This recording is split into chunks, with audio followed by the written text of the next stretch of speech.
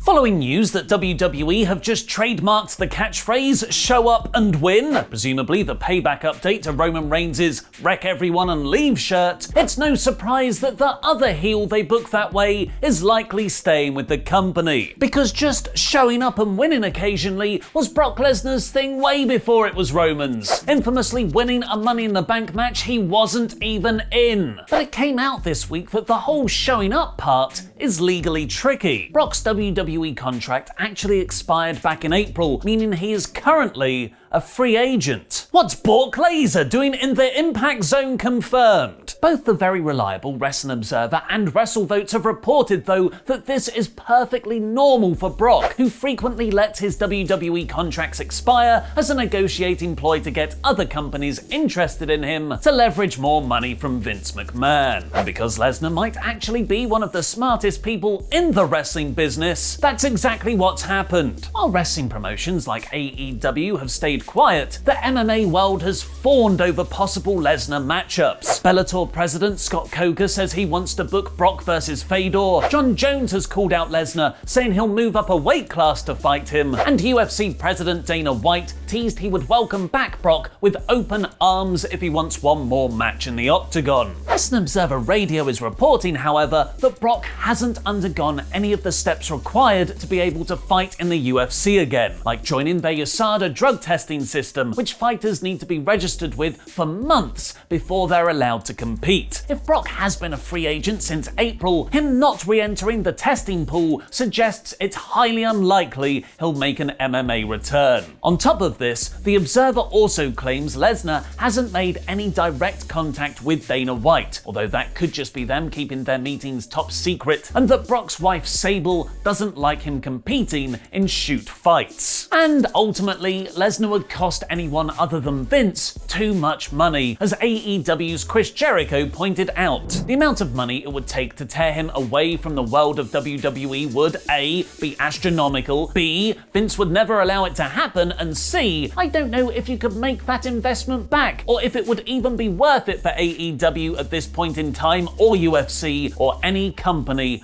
other than WWE. Before we get on with the rest of the episode, I'd just like to say a huge thank you to this video's sponsor, Raid Shadow Legends. Are you a fan of WWE's Retribution Invasion angle? Of course not, it's rubbish, judo chop! So do factions better and install Raid Shadow Legends on both PC and mobile for free to create your own fantasy team from a roster of over 450 unique champions, which you can battle with and level up through their RPG campaign mode, PvP, tournaments and more. My favourite is Galek, who I've named Drew Galek. Thanks to Raid's in-house motion capture studio, the combat is super fluid, with each character model having its own individual movement. And there's no better time to start playing the game, as Raid has just released a huge champion update to make PvP arena battles even more competitive. And if that's not enough, the Forge just came out, so now you can save time and start crafting top quality artifacts and competing right away. Download Raid using WrestleTalk special links in the video description below to find me in game with the name Wonder Ollie, I was a different person back then, and join my Ollie Authority clan. And as a special bumper gift for using my links, if you're a new player, I will reward you with 50,000 silver, 50 gems, 1 energy refill, 1 clan boss key, 5 mystery shards, a 1-day XP booster, and the free epic champion shaman. All this treasure will be waiting for new players here in the inbox for the next 30 days. Please at least give Raid a download using our links below, because it really helps support us here at WrestleTalk. Mr. Davis, thanks you. Raid is all about faction warfare, and there's none more fierce in wrestling right now than NXT versus AEW. Because of both TNT and the USA Network prioritizing other, less predetermined sports over the last few weeks, both AEW Dynamite and NXT have found themselves moved to different nights. For a brief period, the Wednesday Night Wars have seen a ceasefire, and unsurprisingly, it's resulted in more viewers for each program when not going head to head. Following NXT's ratings success running unopposed against AEW, the USA USA Network have reportedly had conversations about moving the brand to Tuesday nights permanently, which Fightful's Sean Ross Sapp has since corroborated, tweeting, USA has floated the idea, WWE have been receptive. Dave Meltzer expanded on the backstage situation, saying that WWE and the USA Network have been consistently frustrated by AEW mostly beating NXT in the ratings this year, as neither side wants another wrestling company to be doing well. The two shows have been programmed against each other since the 2nd of October last year, which Meltzer reiterates wasn't to build NXT, like WWE keeps saying, but Vince and USA's way of trying to make sure AEW went out of business. He notes this all changed in January though. At the start of this year, TNT extended their TV deal with AEW for 3 more years, which is reportedly when USA and WWE realized their plan to stop them had failed. USA wants to be known as the #1 network for wrestling, which could be chipped away at over time, with TNT attracting a younger audience. Despite from day one, every single person knew that if they put NXT on television on Thursday or Tuesday, it would draw significantly more than it would draw on Wednesday, it is only now they're revisiting that idea. And the numbers make a lot of sense. This week's Super Tuesday episode of NXT was watched by 1.03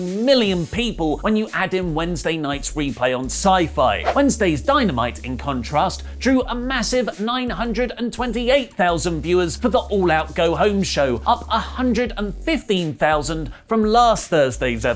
As Brian Alvarez tweeted, it's abundantly clear that for the good of the wrestling business, NXT and AEW should air on different days. Chris Jericho told Busted Open Radio that the war is over and AEW have won. This is a war that was thrust upon us by a company that is very petty and very spiteful. We know the reason why NXT was moved to Wednesday nights, to mess with us. We get it. They should retreat. They should move to any other night. Get away from us. We'll continue to beat you. It is a retreat, but it's also the right move from a business standpoint. Get your head out your rear end and just worry about your product the same way we worry about ours. They lost. There's nothing wrong with conceding defeat, moving to a different night, and worrying about your show and not worrying about going head to head with AEW because you can't stop us. While AEW president Tony Khan has also taken a rare public shot at WWE, saying in yesterday's All Out media call, this might be the pull-out quote of the press conference, but I'm gonna say it. I thought Double or Nothing kicked the crap out of WrestleMania. If NXT does make the move to Tuesday night, it'll create a different, far more one-sided war though. This week's show went head-to-head against Impact Wrestling, which saw one of its lowest ratings in months, barely getting over 100,000 viewers. Thanks for your support on Patreon, The Kessel Run, DX Solo, and The Rocket, Dan Van Sky.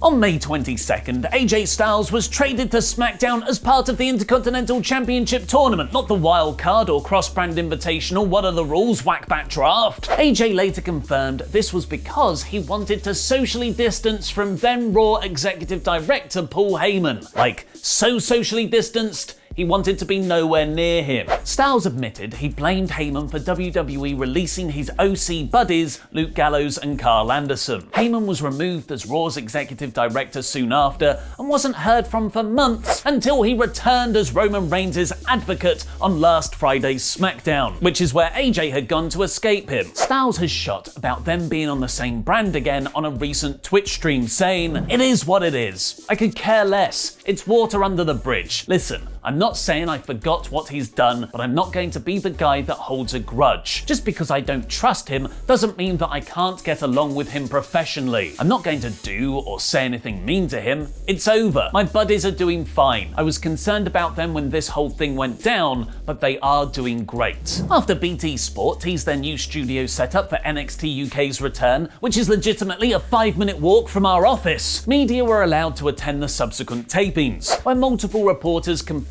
confirmed that former NXT announcer Nigel McGuinness, who was furloughed back in April, will be commentating on the UK brand. Dave Meltzer mentioned on Wrestling Observer Radio that WWE are considering cutting way back on live shows after they begin a touring schedule once pandemic lockdown measures have eased. Tony Khan revealed on the All Out media call yesterday that he has big plans for Brian Cage's FTW title, that we may see as soon as the post-All Out episode of Dynamite. I'm working on a pilot, and it's a different kind of a project than the way you see in wrestling titles defended traditionally. It's very different from, obviously, how we use the World Heavyweight title and the TNT title. AEW star Matt Cardona, the former Zack Ryder in WWE, revealed in an interview with Fightful that he didn't re-sign the contract WWE offered to him the year prior. We were in negotiations for a whole year. My deal would have been up this August. Speaking of deals being up, lukewarm Luke Owen's WrestleTalk job is on the line at mine and his All Out 2 live reactions tomorrow.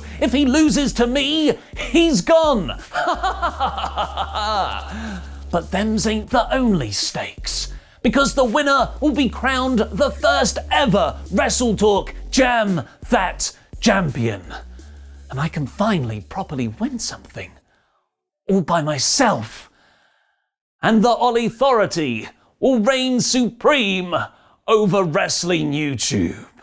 Watch our Go Home segment where Louis Dangoor interviews both me and Lukewarm by clicking the video on the right, and find out who we've both picked by watching our All Out predictions beneath that. Subscribe and enable notifications to always on so you can watch our All Out live reactions tomorrow. I've been Mr. Davis, your future Jam That Champion.